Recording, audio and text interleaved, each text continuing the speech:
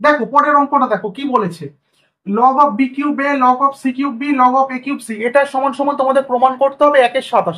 এই অঙ্কটা হুবহু আগের অঙ্কটার মতো, ঠিক আছে, খুবই সামান্য চেঞ্জ রয়েছে। দেখো কি করছি আমি, তাহলে এটাকে আমরা লিখতে পারবো যে log of A by log of B cube.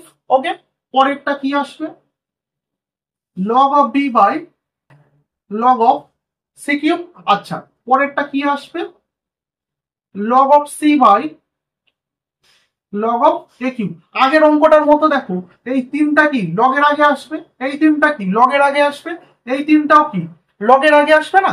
আসলে কি আসছে, যে লগ অফ এ বাই, তিনটা যখন আগে আসছে আগে তাহলে তিনটা আসবে, 3 লগ অফ বি। একই রকম ভাবে দেখো, log of B 3 log of C, log of C নিচে 3 লগ অফ এ। ঠিক আছে, এবার কাটাকুটি করার পালা। দেখো লগ অফ বি কেটে যাচ্ছে, লগ অফ সি কেটে যাচ্ছে, লগ অফ এ কেটে যাচ্ছে।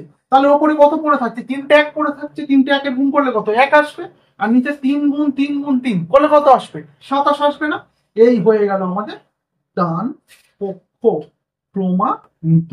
ঠিক আছে, বোঝা গিয়েছে? আশা করছি বোঝা গিয়েছে। চলো পরের অঙ্কে যাওয়া যাক।